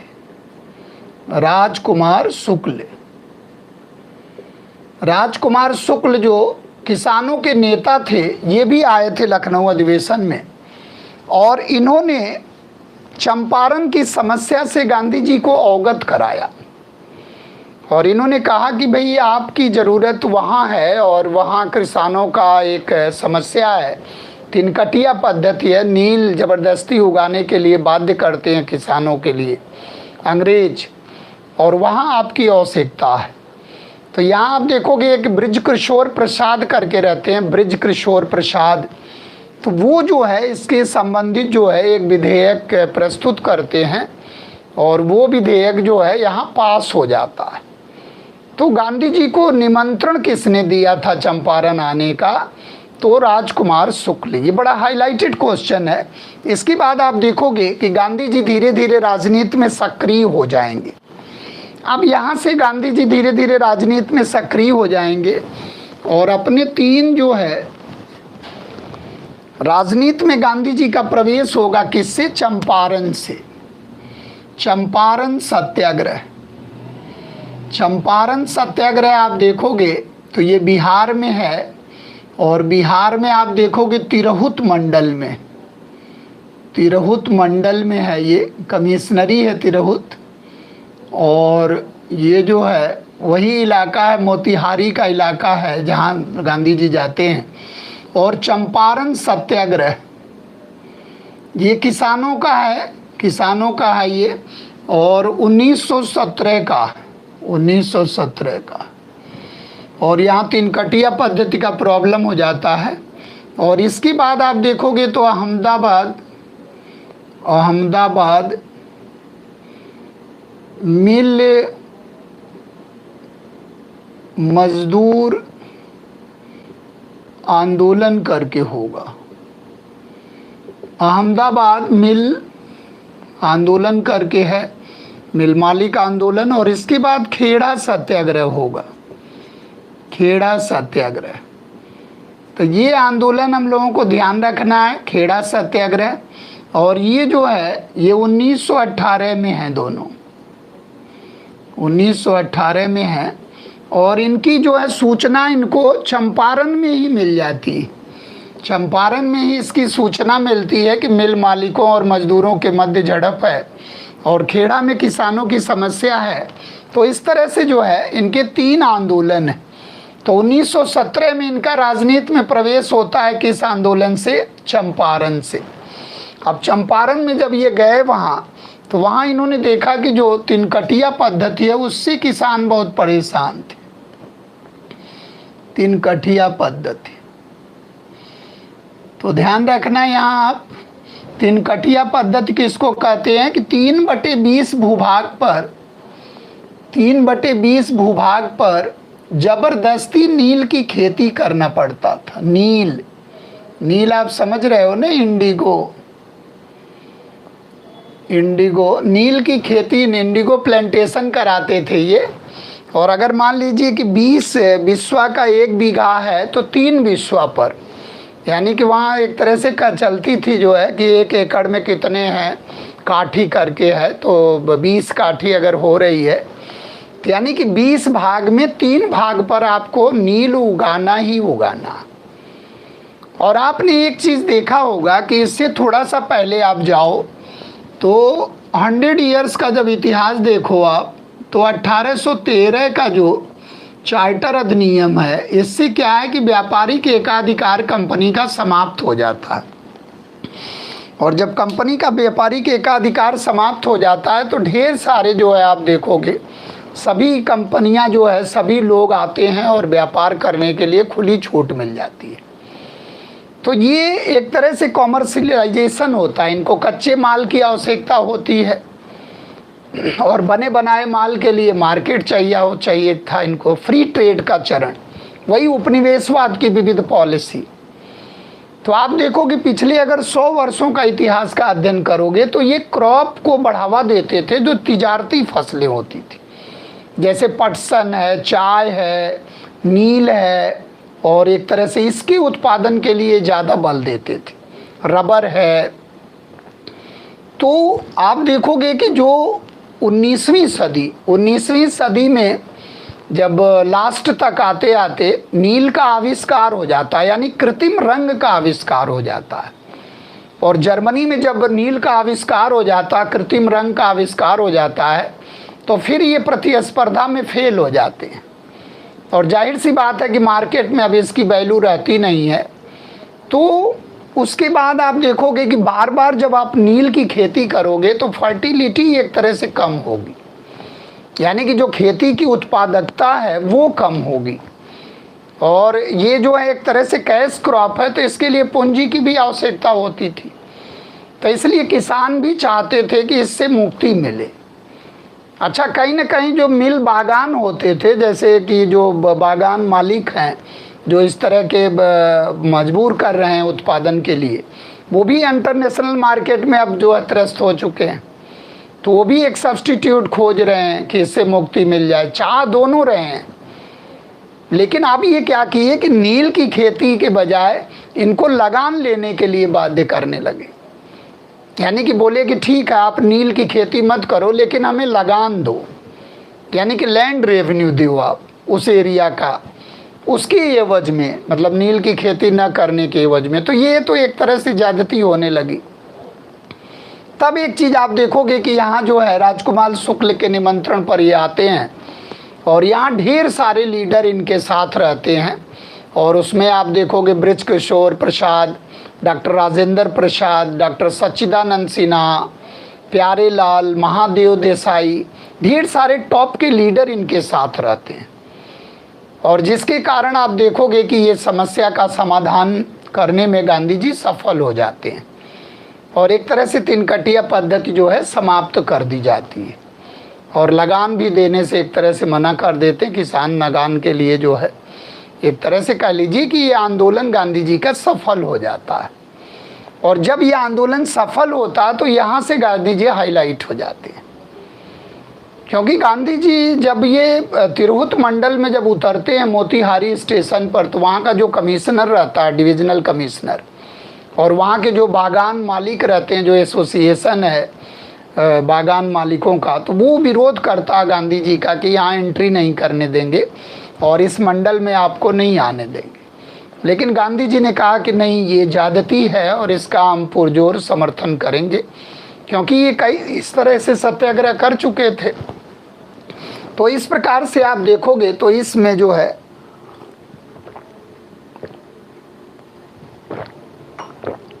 गांधी जी को सफलता मिल जाती है। और जब गांधी जी को सफलता मिल जाती है तो इसी के दरमियान इनको सूचना मिलती है अहमदाबाद और खेड़ा सत्याग्रह की। अब आप देखो कि एक तरह से कह लीजिए प्रथम विश्व युद्ध भी चल रहा है, महंगाई की समस्या, तरह तरह की समस्याएं से जूझ रहा किसान, और एक तरह से गरीबी है, बेरोजगारी है, ये सब चीज़ें बढ़ रही हैं। और इसी दौरान यहाँ पर मिल मालिक और मिल मजदूर की समस्या हुई। और आपने देखा होगा कि जब आप अहमदाबाद आश्रम की स्थापना कर रहे थे तो वहाँ एक बहुत संपन्न, एक तरह से कह लीजिए कि थे, जो है एक पूंजीपति थे, यानी कि उद्योगपति थे, अंबालाल साराभाई। और अंबालाल साराभाई ने इनको मदद किया था साबरमती आश्रम की स्थापना के लिए। और उसी अंबालाल साराभाई की बहन थी, सगी बहन अनसुईया बेन, और अनसुईया बेन ने इनको पत्र लिखा था यहाँ आने के लिए। यानी कि आप सोचो कि ये बहन और भाई दोनों विपक्ष में हैं, यानी कि अनसुईया बेन गांधी जी के साथ हैं और अनसुईया बेन के गांधी जी के विपक्ष में कौन है? अंबालाल साराभाई, क्योंकि वो मिल मालिक हैं। तो इस तरह से आप देखोगे। लेकिन अनसुईया बेन एक बहुत ही समाज सेविका रहती हैं। तो यहाँ पर जो है प्लेग बोनस को लेकर, एक तो वेतन नहीं बढ़ रहा था और महंगाई भत्ता बार बार हो रहा था, तो प्लेग बोनस को लेकर कि 35% बोनस की डिमांड की जा रही थी। और यहाँ आप देखोगे तो 30% यानी कि 20% पर राजी भी हो गए थे अंग्रेज। और यहाँ जो है प्लेग बोनस एक इनका हिस्सा बन चुका था वेतन का। तो प्लेग समाप्त होने के बाद इन्होंने बोनस समाप्त करने की बात किया, लेकिन ये जो है एक तरह से कह लीजिए इनके वेतन का हिस्सा बन चुका था। तो मिल मजदूरों ने स्ट्राइक कर दिया, मतलब एक हड़ताल कर दिया, और गांधी जी को सूचना मिली, अनसुईया बेन ने बुलाया। तो यहाँ आप देखोगे कि ये समस्या का समाधान करने के लिए गांधी जी यहाँ आते हैं, और गांधी जी जो है यहाँ पर आमरण अनशन करते हैं। एक तरह से कह लीजिए कि वो भूख हड़ताल कर देते हैं। पहला ब्रह्मास्त्र गांधी जी ने चंपारण में यूज किया, और फिर यहाँ जो है, क्योंकि सभाएं करना, पत्र पत्रिका के माध्यम से अपने विचारों को रखना, और एक तरह से कह लीजिए हड़ताल कर देना, लेकिन अहिंसात्मक प्रदर्शन करना, सत्य अहिंसा सत्याग्रह के लिए, सत्य के आग्रह के लिए एक मतलब अडिग रहना अपने बातों पर। तो कभी कभी क्वेश्चन आता है कि किस आंदोलन के दौरान गांधी जी ने आमरण अनशन का सहारा लिया। तो जो भूख हड़ताल है, आमरण अनशन है, तो ये इसी आंदोलन के दौरान गांधी जी ने आमरण अनशन का सहारा लिया, और फिर एक तरह से बातचीत हुई और 35% बोनस देने के लिए ये राजी हो गए। तो इसका मतलब इनका ये भी आंदोलन सफल हो गया। इसमें आप देखोगे अनसुईया बेन है और वल्लभ भाई पटेल वगैरह हैं, ये साथ में हैं गांधी जी के, और महादेव देसाई हैं, बृजकिशोर वगैरह हैं, ये गांधी जी के साथ हैं। इसके बाद इसी दौरान गांधी जी को एक और लेटर मिला शंकर लाल के द्वारा, और इस तरह से वहाँ के स्थानीय जो किसान थे उनके द्वारा, शंकर लाल बैंकर करके थे, उनके द्वारा लेटर मिलता है कि खेड़ा में कुछ इस तरह से किसानों की समस्या है कि जो एक तरह से अतिवृष्टि के कारण वहाँ आप देखोगे कि एक तरह से फसल चौपट हो जाती है। और वहाँ जो फेमिन अकाल संहिता, जो अकाल कानून था, जो लगान का कानून था, वहाँ ये लिखा हुआ था कि अगर 25% से कम फसल होगी, यानी कि अकाल या बाढ़ की कोई इस तरह की समस्या आती है या आपदा आती है और अगर 25% से कम फसल होती है तो सरकार लगान नहीं लेगी। लेकिन यहाँ आप देखोगे तो स्थिति अलग है, 25% से कम हुई फसल और लगान लेने के लिए जो बाध्य करते थे सरकार। तो यहाँ भी गांधी जी देख लिए, पहले जेन्युइन मुद्दा को चेक किए। सर्वेंट्स ऑफ इंडिया सोसाइटी थी, उससे जो है एक तरह से जो खेड़ा का जो सभा थी उससे जो है इन्होंने चेक करवाया और जब इनको ये संतुष्ट हो गए कि नहीं फसल जो है वो 25% से कम हुई थी, तो जाहिर सी बात है फिर अपनी बात को मनवाने के लिए यहाँ सरदार वल्लभ भाई पटेल, विट्ठल भाई पटेल जो बहुत प्रोमिनेंट लॉयर हुआ करते थे वो गांधी जी के साथ थे। तो इस प्रकार से आप देखोगे खेड़ा जो है, खेड़ा सत्याग्रह में भी गांधी जी जो है एक तरह से सफलता प्राप्त कर लेते हैं और यहाँ भी जो है लगान एक तरह से किसान जो है लगान देने से मना कर देते हैं और एक तरह से मुक्त हो जाते हैं।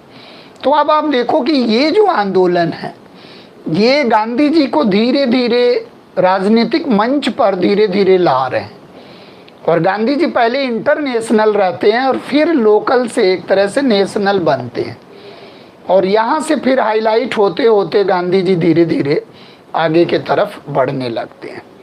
और इसी दौरान आप देखोगे फिर 1919 की घटनाएं आ जाती हैं, ढेर सारी घटनाएं। सत्याग्रह सभा की स्थापना कर देते हैं ये। इसके बाद आप देखोगे कि फिर जो है वो रॉलेट एक्ट आ जाता है, फिर रॉलेट एक्ट आएगा, उसके प्रतिक्रिया स्वरूप जलियांवाला बाग हत्याकांड होगा और फिर एक तरह से आप देखोगे क्रिया प्रतिक्रिया जो है शुरू हो जाएगा। तो 1919 की जो महत्वपूर्ण घटनाएं उनको हमें ध्यान रखना है। इसके बाद फिर हम लोग मेजर आंदोलन के तरफ आगे बढ़ेंगे और फिर 20 के दशक में प्रवेश कर जाएंगे। तो हम लोगों को क्रमशः याद रखना है कि पहले चंपारण में गांधी जी को सफलता मिली, फिर ये अहमदाबाद मिल मालिक मिल मजदूर की समस्या का समाधान करने में गांधी जी सफल रहे और फिर उसके बाद गांधी जी धीरे धीरे आप देखोगे तो गांधी जी को सफलता मिलती चली जा रही है। खेड़ा में खेड़ा सत्याग्रह भी इनका सफल रहता है। इसके बाद हम लोग आगे बढ़ेंगे और देखेंगे 1919 की महत्वपूर्ण घटनाएं। 1919 की महत्वपूर्ण घटनाएं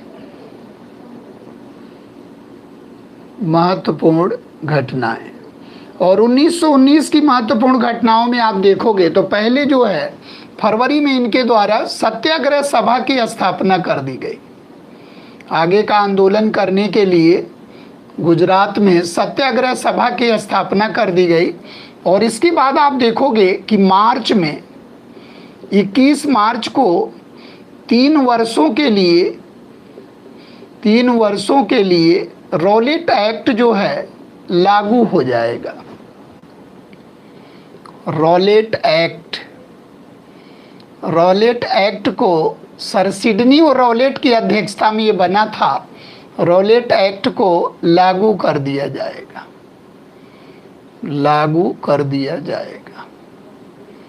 ये चीज़ ध्यान रखना है कि रॉलेट कमेटी बनी थी 1917 में। एक सिडनी और रॉलेट थे जस्टिस और एक समिति बनी थी रॉलेट समिति बनी थी कि भारत में जो गतिविधियां हो रही हैं उसका जांच करने के लिए और 18 में इसने अपनी रिपोर्ट प्रस्तुत कर दी थी। यानी कि भारत में जो जनमानस है, जो उबाल आ रहा है, जो एक तरह से कह लो आप बंग भंग का जो है दमन चक्र चलाने के बाद जो युवाओं में असंतोष आया, जो प्रथम विश्व युद्ध के दौरान आप देखोगे एक चल रहा है। तो एक तो आपका इंडियन जो है डिफेंस एक तरह से कानून था, रूल था, यानी कि भारत रक्षा कानून, इंडियन डिफेंस जो है लॉ था, जिसके तहत ये था कि भाई वो विश्व युद्ध के दौरान था तो उसमें शंका के आधार पर गिरफ्तार करने की बात कर दी गई, नज़रबंद करने की बात कर दी गई। लेकिन अब 1918 में वो कानून समाप्त हो जाएगा, क्योंकि विश्व युद्ध जब समाप्त हो जाएगा तो कानून समाप्त हो जाएगा। तो उसके विकल्प के रूप में सरकार एक साइड लेके चल रही थी कि गतिविधियां जो बढ़ रही, यानी कि बार बार क्रांतिकारी गतिविधियां जो उमड़ रही हैं जगह जगह पर, तो उसको दबाने के लिए एक कोई कानून होना चाहिए। तो आप देखो कि ये एनार्कियल करके है, यानी कि अराजकता उन्मूलन कानून करके है, एनार्कियल कानून करके है रॉलेट एक्ट। और इसमें इसको गांधी जी कहा करते थे नो वकील, नो अपील, नो दलील, फैसला ऑन द स्पॉट। इसको कहा जाता था कि बिना वकील वाला है, बिना वकील का है, बिना अपील का है और बिना दलील का है। तो इसीलिए कहा जाता है इसमें दलील भी नहीं दे सकते हैं, वकील भी नहीं कर सकते हैं, अपील भी नहीं कर सकते हैं। यानी कि भावाभिव्यक्ति की स्वतंत्रता नहीं थी।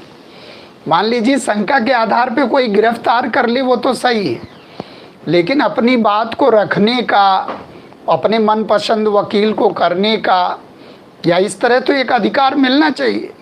जो भारत में भी आप देखोगे बहुत से ऐसे एक्ट बनेंगे आर्टिकल 22 के अंतर्गत गिरफ्तारी और निवारक नज़रबंदी से संरक्षण दिया गया है। तो निवारक नज़रबंदी संबंधित बहुत से बनते हैं एक्ट संसद के द्वारा, जैसे आपने देखा टाडा बना, पोटा बना और बहुत से ऐसे एक्ट बने, मीसा बना, पीडीए एक्ट बना, रासुका अभी भी चल रहा। तो इस तरह तो बनते ही रहते हैं कानून निवारक नज़रबंदी से संबंधित। लेकिन आप एक चीज़ यहाँ ये देखोगे, ये जो कानून बना है इसमें वकील अपील कोई कुछ नहीं, कोई आज़ादी नहीं है आपको। बस आपको उठा के बंद कर दिया जाएगा, चाहे कोई भी लीडर हो, शंका के आधार पर। अब शंका का तो कोई काट ही नहीं है। तो इसलिए कहा गया कि ये मुंह बंद कर देने वाला है और इसको मोहम्मद अली जिन्ना काला कानून कहते थे। तो इस तरह से आप देखो कि एक अपना प्रोटेक्शन लेने के लिए अंग्रेज क्या किए कि 21 मार्च को 3 वर्षों के लिए इसे लागू कर दिए। और जब ये जाहिर सी बात है, जब 3 वर्षों के लिए लागू हो गया तो देश में क्रिया प्रतिक्रिया होना ही होना। अब जब क्रिया प्रतिक्रिया हुई तो आप देखोगे कि 6 अप्रैल को गांधी जी के द्वारा धरना प्रदर्शन और हड़ताल आदि शुरू कर दिया गया। धरना प्रदर्शन और हड़ताल आदि शुरू कर दिया गया और गांधी जी एक तरह से कह लीजिए कि सक्रिय राजनीति में प्रवेश कर रहे हैं। क्योंकि गांधी जी के बारे में ये कहा जाता था कि जब ये आए जो वहाँ से, तो वो उसी स्टाइल में थे, अंग्रेज़ी न्यायप्रियता में विश्वास करना, और रिक्रूटिंग सार्जेंट के रूप में इनको कैसरे हिंद की उपाधि भी मिली। और ये रिक्रूटिंग सार्जेंट कहलाते थे। ये लाखों सैनिकों को अंग्रेज़ों की तरफ से भर्ती किए, क्योंकि मित्र राष्ट्र की तरफ से अंग्रेज लड़ रहा था। यानी कि ब्रिटेन की तरफ से भारत भी शामिल होना पड़ा, और फ्रांस था और रूस था, अमेरिका था, एक तरफ मित्र राष्ट्र और एक तरफ एलाइड पावर्स और एक तरफ सेंट्रल पावर्स थे। सेंट्रल पावर्स की तरफ तुर्की था, जर्मनी, ऑस्ट्रिया और तुर्की लड़ रहे थे। और तुर्की में ही था कौन? खलीफा। इसलिए आप देखोगे मुस्लिम भी धीरे धीरे इनसे जो है दूरी बनाए रखते हैं। इसलिए खिलाफत आंदोलन आप देखो अंग्रेज़ों के विरुद्ध चलेगा, मुस्लिम वर्ग के द्वारा, अली बंधुओं के द्वारा खिलाफत आंदोलन चलेगा। बाद में कमाल पाशा आएंगे तो खिलाफत पद ही ख़त्म हो जाएगा। तो 1924 के बाद खिलाफत आंदोलन ही समाप्त हो जाएगा। तो 6 अप्रैल को गांधी जी धरना प्रदर्शन हड़ताल आदि कर रहे हैं, और जब ये कर रहे हैं तो आप देखोगे कि गांधी जी को एक तरह से गिरफ्तार कर लिया जाएगा। और फिर 9 अप्रैल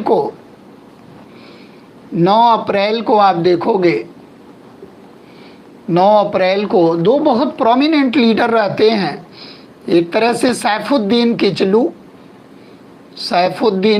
रहते हैं, सैफुद्दीन किचलू, और एक जो है मलिक करके रहते हैं। सैफुद्दीन किचलू,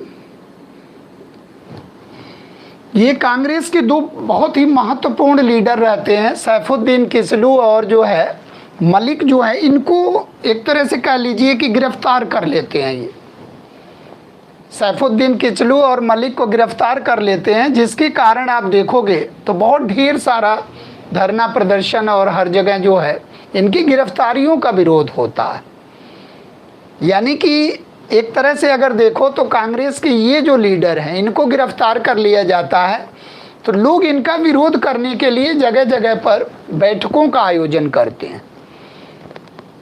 और जब बैठकों का आयोजन करते हैं तो 12 अप्रैल को आप देखोगे कि इन्होंने मार्शल लॉ घोषित कर दिया। मार्शल लॉ घोषित कर दिया यानी कि सभाओं पर प्रतिबंध लगा दिया और एकजुट होने पर एक तरह से कह लीजिए कि वहाँ प्रतिबंध लग गया। तो जब ये इसका विरोध करने के लिए ये एकत्र होंगे तो इससे पहले ये क्या है, मार्शल लॉ लगा देते हैं।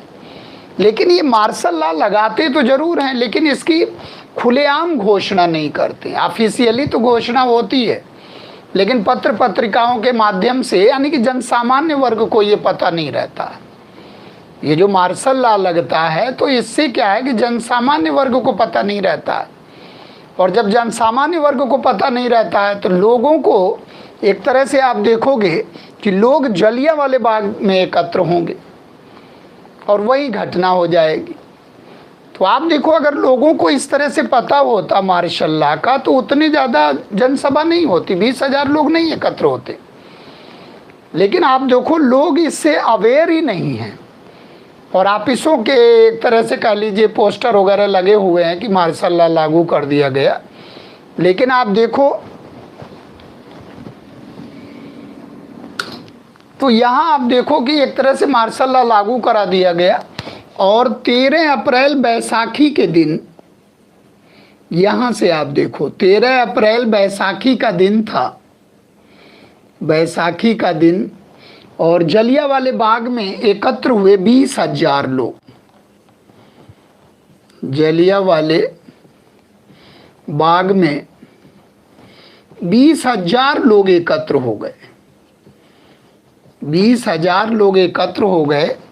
और यहाँ जो है 2 डायर मिलेंगे। एक तो पंजाब का लेफ्टिनेंट गवर्नर है माइकेल ओडायर, ये ध्यान रखना, दोनों को याद रखना, माइकेल ओडायर और जनरल डायर, ये सैन्य कमांडर था। तो जनरल डायर और माइकेल ओडायर, माइकेल ओडायर ये एलजी था, पंजाब का लेफ्टिनेंट गवर्नर था, जिसने आदेश दिया था और अमल में लाया था कौन, जनरल डायर। और ये कमांडर जो था जो सेना को लेकर पहुंच गया, और वहाँ आप देखोगे कि बाग के नाम से वृक्ष नहीं थे, और एक कुआं था, और वन वे रूट था, और वन वे रूट था, और उसी पर इसने तोप लगवा दिया था। और आप देखो वहाँ जाकर 1650 राउंड गोलियां चलाई गई। यानी कि आप देखो कि 2 प्रोमिनेंट लीडर थे, सैफुद्दीन कुचलू और सत्यपाल मलिक, पूरा नाम लिख लेना आप, सत्यपाल मलिक और सैफुद्दीन कुचलू का विरोध करने के लिए ये जनसभाएं हुई। और यहाँ आप देखोगे कि हंसराज के नेतृत्व में जो है, ये कन्हैया लाल को इसके लिए बनाया गया था, लीडर वही थे पहले, लेकिन बाद में उन्होंने विड्रॉ कर लिया कि नहीं, हम नहीं सभाओं को संबोधित करेंगे। तो हंसराज इस सभाओं को संबोधित कर रहे थे, और 1650 राउंड गोलियां चलाई गई। अब इसको मल्टीपल कर लो आप 6 से 4 से, एक राउंड में कम से कम 6 गोलियां अगर हो तो मल्टीपल करो आप कितनी गोलियां चली हों। यानी कि 1650 राउंड गोलियां चली, तो यानी कि व्यापक नरसंहार हुआ, मैक्सिमम लोग कुएं में गिर गए। तो ये जलियांवाला मैसेकर आप देखो कितना नृशंस हत्याकांड हुआ ये। और बैसाखी के दिन जो है बर्बरता पूर्वक पूरा गोली चला दिया गया। आज भी आप जाओगे वहाँ तो लिखा हुआ पूरा गोली का निशान वगैरह लगा हुआ। मतलब आप सोचो कई हजार लोग मारे गए। सरकारी आंकड़ा तो गलत बताता है, लेकिन आप देखो कि कई हजार लोग मारे गए और घायल हो गए, मैक्सिमम अफरा तफरी से घायल हो गए। और उस समय एक बालक वहाँ देख रहा था, उधम सिंह करके, और उसके दिमाग में एकदम स्केच हो गया कि कभी न कभी ये प्रतिशोध लेना ही लेना। और उधम सिंह हम समझ रहे हैं कि उस समय जो है एक तरह से बालक के रूप में था, और वो जो है उधम सिंह फिर इंतज़ार करने लगा कि उसके बाद जो है उधम सिंह निकल जाता और देश विदेश यानी गरीब रहता, लेकिन धीरे धीरे वो प्रयास करते करते जो है और लंदन पहुंच जाता है। और 1933 में वो लंदन पहुंच जाता और 1940 में लंदन के कैक्सटन हॉल में माइकल ओडायर मिल जाता भरी सभा में। क्योंकि 1900 आप देखोगे 1927 में जनरल डायर की डेथ हो जाती है। एक रेंज फाइटर नामक ये विमान का आविष्कार किया था, ये खोजी विमान एक था, वो जनरल डायर आविष्कार किया था। और जनरल डायर की डेथ हो जाती है, ब्रेन संबंधित कोई बीमारी होती है और ये 1927 में मर जाता है। तलाश तो इसी की थी, लेकिन चूंकि आदेश कौन दिया था? Michael O'Dwyer. और माइकल ओडायर को फिर जाके लंदन में जो है कैक्सटन हॉल में उधम सिंह ने जो है उसका बदला लिया और बाद में उधम सिंह को फांसी हो गई। तो आप देखो कि ऐसे ऐसे मतलब चैलेंजेज आए और इसके बाद आप देखो अंग्रेज जो है सभी लोगों ने इसकी भर्त्सना की, बहुत आलोचना हुई, सारे लीडर जो है। और इसको आप देखो जानबूझकर किया गया हत्याकांड, और एक तरह से कह लीजिए कि प्लासी ने नींव डाला और इसने जलियांवाले बाग ने उखाड़ फेंका, गांधी जी का वक्तव्य रहता है। और बहुत से लोग आप देखो अपनी उपाधियाँ, कविवर रविंद्रनाथ टैगोर ने अपनी नाइटहुड की उपाधि वापस कर दिया, शंकर नायर ने कार्यकारिणी से इस्तीफा दे दिया। पूरा देश एक तरह से कह लीजिए कि ऐसे घटना को देखकर एक तरह से कह लीजिए अंतर्मन से दुखी हो गया। लेकिन इन्हें क्या था, हाउस ऑफ लॉर्ड्स में जब ये गया प्रकरण तो वो सोर्स ऑफ ऑनर से जो है एक तरह से सम्मानित किया जा रहा। 12,000 पाउंड का उसको पारितोषिक मिल रहा जनरल डायर को। तो उसको एक तरह से शेर कहा जा रहा है, साम्राज्यवाद का शेर है वो। इस तरह से एक तरह से रिवार्ड मिल रहा, बस केवल एक नौकरी से उसको हटा दिया गया, बाकी सारा सम्मान उसको मिल रहा। तो आप सोचो कितनी बर्बरतापूर्ण निशंस हत्या की गई। यानी कि पूरा हमारे जितने क्रांतिकारी रहे हैं, पूरा जितना मिला के अंग्रेज नहीं मारे होंगे, एक जगह यह हत्या कर दिया अंग्रेजों ने। ऐसे बहुत से हत्याकांड हुए अंग्रेजों के द्वारा, फिर भी राष्ट्रीय चेतना उस रूप में नहीं आ रही और अंग्रेज धीरे धीरे लाभ लेकर उसको दबा दे रहे हैं। इसके बाद आप देखो कि जांच समिति बैठाई गई। अक्टूबर में आप देखोगे, अक्टूबर 1919 में एक जांच समिति बैठाई गई W हंटर के अध्यक्षता में। एक 8 सदस्यीय जांच समिति बैठाई गई जिसको हंटर समिति कहते थे। एक हंटर आयोग था शिक्षा वाला 1882 का, वो हंटर कमीशन था और ये हंटर कमेटी थी और इसमें 3 भारतीय सदस्य थे। लेकिन जब उनका रिपोर्ट आया तो कोई असर नहीं पड़ा बिल्कुल, क्योंकि वो कम संख्या में थे। तो आप देखो इसके बाद मदन मोहन मालवीय की अध्यक्षता में कांग्रेस ने एक जांच समिति बैठाया। कांग्रेस भी अपनी जो है एक जांच समिति तहकीकात कमेटी करके बैठाया कांग्रेस ने मदन मोहन मालवीय की अध्यक्षता में। और इसके बाद लास्ट में आप देखो दिसंबर तक आते आते 1919 का मॉन्टफोर्ड सुधार प्रस्तुत कर दिया गया, जिसको आप मॉन्टेग्यू चेम्सफोर्ड सुधार के नाम से जानते हैं। 1919 का भारत शासन अधिनियम। तो 1919 के भारत शासन अधिनियम को कौन देख रहा? जलियांवाला बाग जैसी त्रासदी हो गई, आप सोचो। इसके बाद आप देखोगे यहाँ से एक बहुत बड़ा उभान होता है और रॉलेट एक्ट के बाद अंग्रेजी न्यायप्रियता में गांधी जी विश्वास करना बंद कर देते हैं और फिर एक बड़े मूवमेंट का आगाज होता है जिसको हम लोग सविनय अवज्ञा आंदोलन के नाम से जानते हैं। तो एक खिलाफत आंदोलन चलेगा और एक सविनय अवज्ञा आंदोलन चलेगा 20 के दशक में, और यहीं से हम लोग प्रवेश हो जाएंगे 20 के दशक में और गांधीवादी राजनीति का एक तरह से मास पार्टिसिपेशन शुरू हो जाएगा। और यहाँ से गांधी जी ने ये ठान लिया कि संघर्ष विराम संघर्ष विराम संघर्ष, और उसके बाद देश को आज़ादी मिल जाएगी। तो ये चीज़ आप देखो कि यहाँ तक, यहाँ देश में क्या स्थिति हुई और इसके बाद जो है क्रिया प्रतिक्रिया हुई और इस तरह से उसको स्वॉर्ड ऑफ ऑनर से एक तरह से कह लीजिए कि पारितोषिक दिया गया। और इसके बाद खिलाफत और जो है असहयोग आंदोलन की ओर बढ़ जाएंगे हम लोग। यानी कि अगर देखा जाए तो एक तरफ खिलाफत आंदोलन चलेगा, खिलाफत आंदोलन,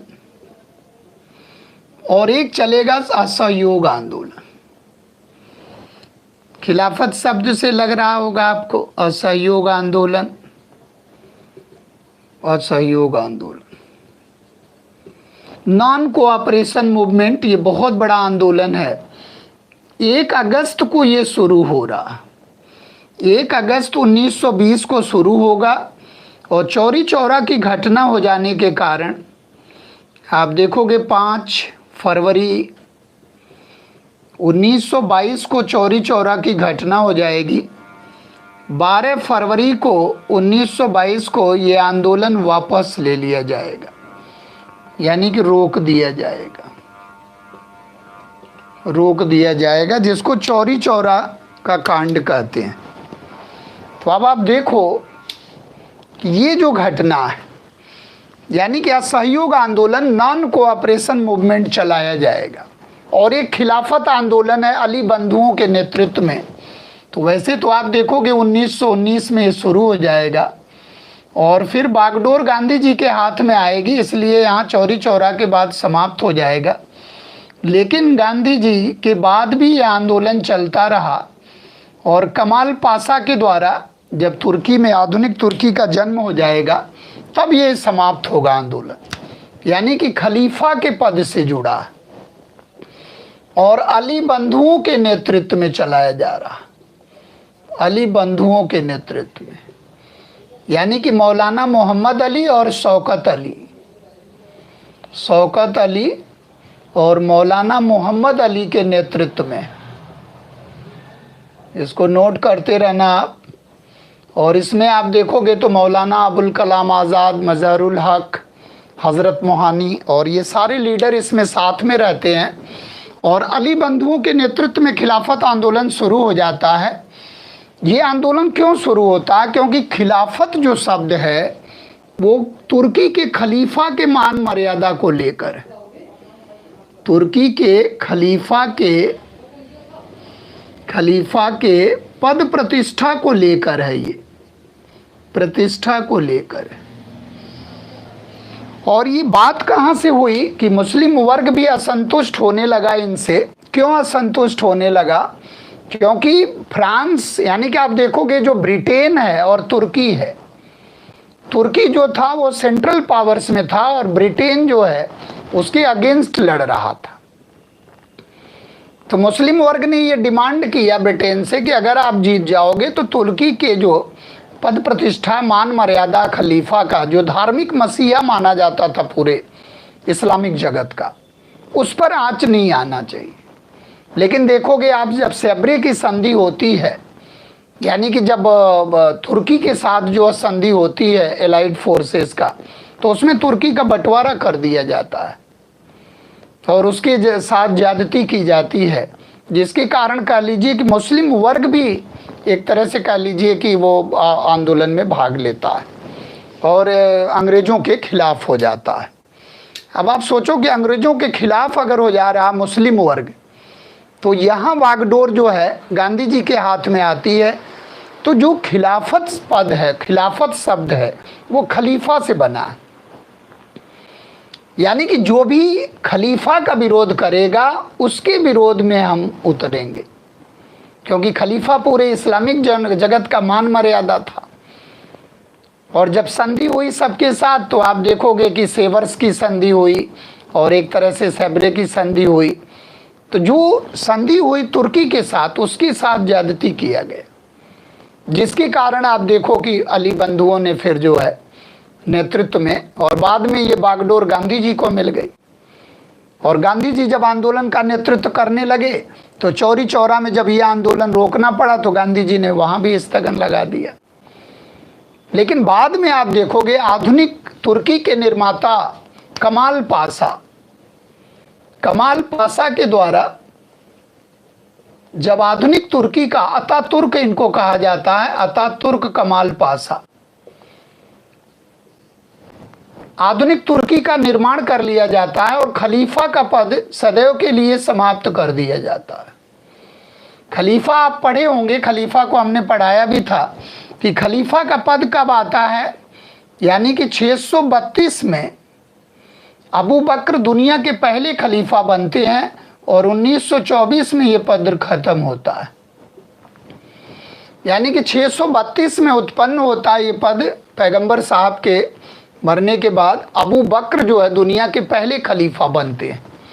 और लास्ट में खिलाफत कहाँ निवास करती है? तुर्की में।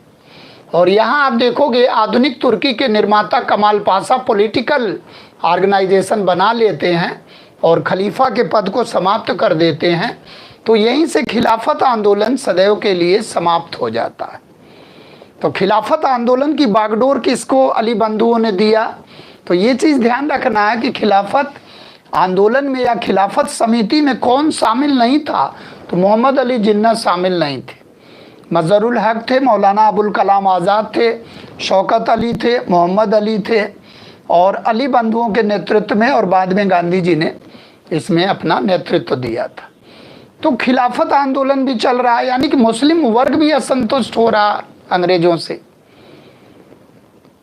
और इस प्रकार से आप देखोगे फिर गांधी जी के द्वारा असहयोग आंदोलन 1 अगस्त 1920 को शुरू कर दिया गया और 1 अगस्त को ही आप देखोगे तिलक की डेथ हो जाती है और तिलक फंड की स्थापना, शोक सभा हो जाती है और तिलक फंड में आप देखो करोड़ों रुपया जुटता है और फिर आगे की कार्रवाई करने के लिए आंदोलन ये किया जाता है और जन जागृति लाने वाला भारत का पहला अखिल भारतीय आंदोलन। यानी कि यहाँ से आप देखोगे तो कांग्रेस अखिल भारतीय जनता का नेतृत्व करने लगेगी। यानी कि कांग्रेस का नेचर कैसा हो जाएगा? ऑल ओवर इंडिया टाइप का। और यहाँ से जन जन का प्रतिनिधित्व करने लगेगी कांग्रेस और गांधी जी जन जन के प्रतीक बन जाएंगे। और यहाँ गांधी जी ने ये डिसाइड किया कि कैसे हम लोग करेंगे, 2 प्रकार के कार्यक्रम हम लोग बनाएंगे और उसका एक ड्राफ्ट तैयार किया गांधी जी ने। और 2 अधिवेशन हुए यहाँ। एक तो कांग्रेस का विशेष अधिवेशन हुआ जिसको कलकत्ता अधिवेशन कहते हैं। अधिवेशन हुआ कलकत्ता में और यहाँ ध्यान रखना आप, लाला लाजपत राय इसके अध्यक्ष बने। लाला लाजपत राय इसके अध्यक्ष बने। और फिर जो है वीर राघवाचारी के नेतृत्व में नागपुर अधिवेशन हुआ। नागपुर में वार्षिक अधिवेशन हुआ। कलकत्ता के विशेष अधिवेशन में जो प्रस्ताव प्रस्तुत किया गया उस पे लोगों ने विरोध किया। यानी कि कलकत्ता के विशेष अधिवेशन में जो प्रस्ताव ड्राफ्ट बनाया गया, जो कार्यक्रम प्रस्तुत किया गया, उसमें सारे नेता अली बंधुओं और मोतीलाल नेहरू को छोड़ दिया जाए तो सारे नेता इस प्रस्ताव के विरोध में थे। लेकिन जब CR दास के द्वारा वही प्रस्ताव कांग्रेस के एनुअल सेशन में प्रस्तुत किया गया तो सारे नेताओं ने इसको अप्रूवल दे दिया। यानी कि CR दास के द्वारा प्रस्तुत किया गया और वहाँ आप देखोगे कि इस पर सब लोग राजी हो गए कि नहीं, ये कार्यक्रम चलाया जाना चाहिए। और गांधी जी की योजनाओं में क्या था? Creative and destructive program. यानी कि एक तो रचनात्मक कार्यक्रम थे और एक जो है विध्वंसात्मक कार्यक्रम थे। डिस्ट्रक्टिव प्रोग्राम यानी कि विनाशात्मक कार्यक्रम गांधी जी ने लोगों के सामने रखा, जैसे अदालतों का बहिष्कार करना, स्कूलों का बहिष्कार करना, उपाधियों का बहिष्कार करना, विदेशी वस्त्रों की होली जलाना। ये विशेष कार्यक्रम रखा गया और इसी समय जो विदेशी वस्तुओं की होली जलाई गई उसको गांधी जी ने कहा ये उचित अवसर है कि विदेशी वस्तुओं की होली जलाया जाए।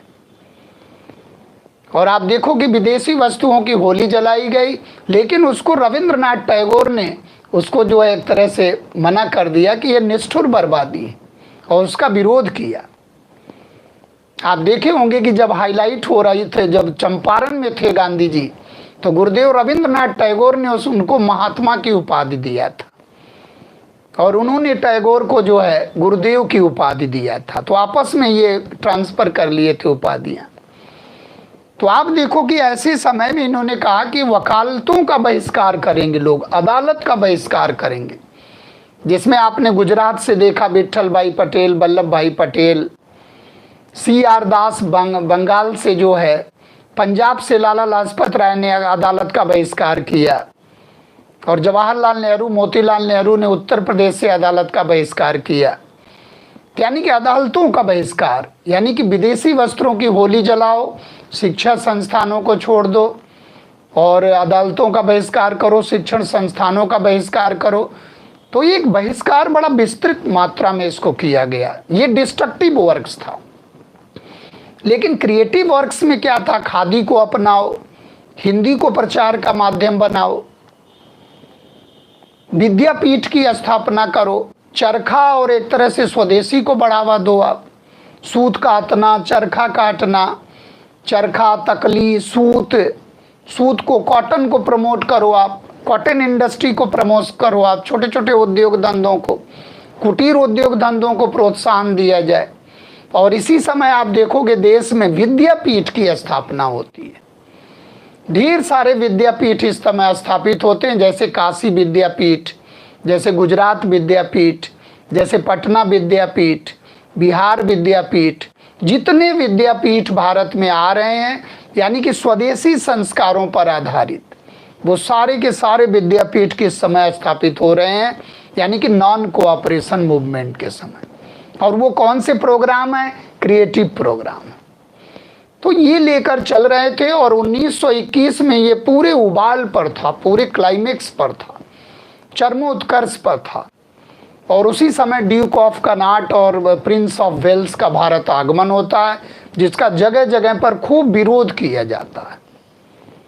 जगह जगह पर आप देखोगे इनका विरोध किया जाता है और एक तरह से ये आंदोलन जो है बिल्कुल इनको रिजेक्ट कर दिया जाता, प्रिंस ऑफ वेल्स को विरोध किया जाता। और इसी समय गांधी जी ने कहा था कि अगर हमारी बनाई हुई योजनाओं पर आप अमल करोगे तो 1 वर्ष के अंदर आपको आज़ादी मिल जाएगी, यानी कि फ्रीडम विद इन 1 ईयर। तो लोगों में बड़ी ऊर्जा आ गई कि 1 वर्ष के अंदर आज़ादी मिल जाएगी और ये आंदोलन धीरे धीरे देशव्यापी हो रहा था।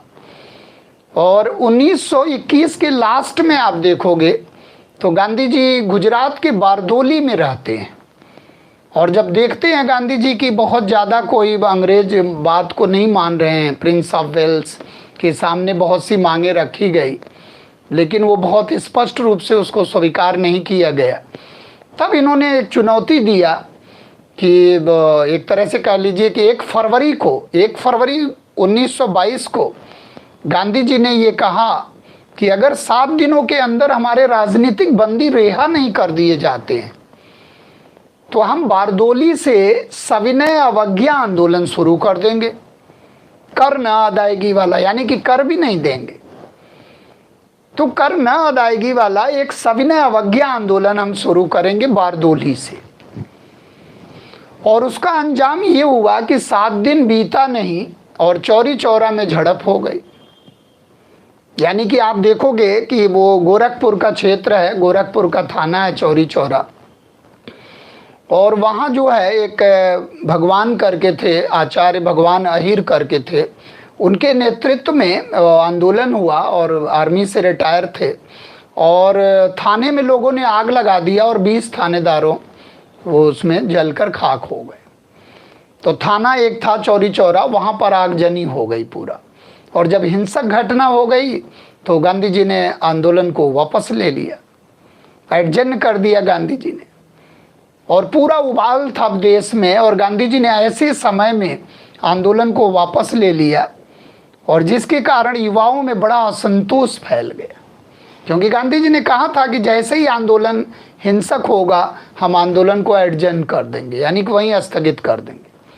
उसके बाद आप देखोगे देश जो है 2 रास्तों में बट गया। जैसे 1920 के आप देखो केंद्रीय विधानसभा के चुनाव में ये लोगों ने भाग नहीं लिया, लेकिन 1923 में आप देखो तो स्वराज्य पार्टी ने बढ़ चढ़ कर हिस्सा लिया और बोले अब हम जो है विधानमंडलों में शामिल होकर इनके गतिविधियों को रोकेंगे। तो यहीं से आप देखोगे कि देश दो रास्ते में विभक्त हो जाता है। एक तो क्रांतिकारी आतंकवाद यानी क्रांतिकारी गतिविधियों की शुरुआत हो जाएगी, जिसमें आप देखोगे कि HRA कानपुर, दिल्ली और बंगाल, HSRA दिल्ली में चंद्रशेखर आज़ाद और कानपुर में सचिंद्रनाथ सन्याल के नेतृत्व में, और उधर स्वराज्य पार्टी का गठन हो जाएगा। यानी कि दो रास्तों में देश विभक्त हो जाएगा। एक स्वराज्य पार्टी यानी कि भाग लेकर चुनाव लड़कर और गतिविधियों को रोक लगाना है, व्यवधान उत्पन्न करना, कार्रवाई को रोकना है वैधानिक तरीके से। तो आप देखोगे उसमें विट्ठल भाई पटेल जो केंद्रीय विधानसभा है यानी कि लोकसभा, आज़ादी से पहले लोकसभा के पहले अगर अध्यक्ष आ जाए तो विट्ठल भाई पटेल बने। तो अच्छे अच्छे पदों पर इन्होंने चुनाव में जाकर और गतिविधियों को, और गांधी जी अपना डिस्ट्रक्टिव कार्यक्रम रोक दिए और क्रिएटिव कार्य चलता रहा। क्रिएटिव कार्य जो है वो लगातार चलता रहा।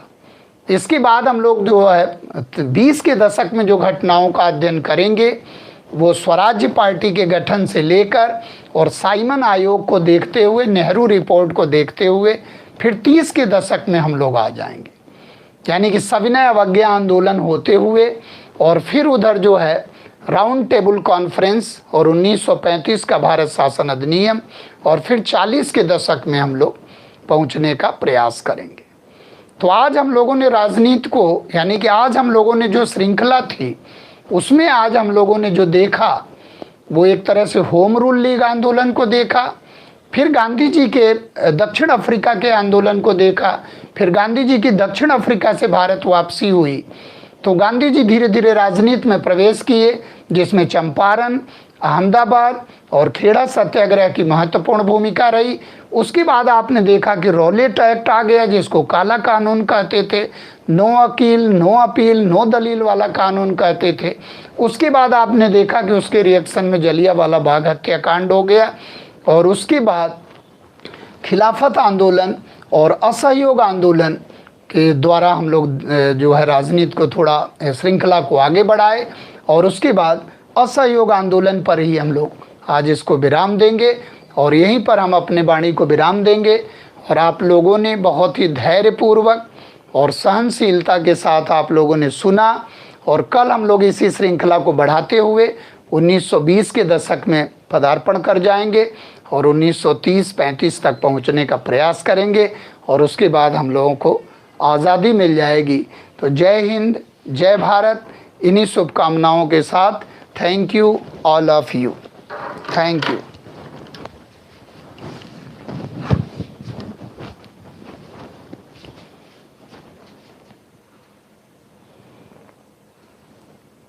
कहाँ इधर उधर भाग रहे थे।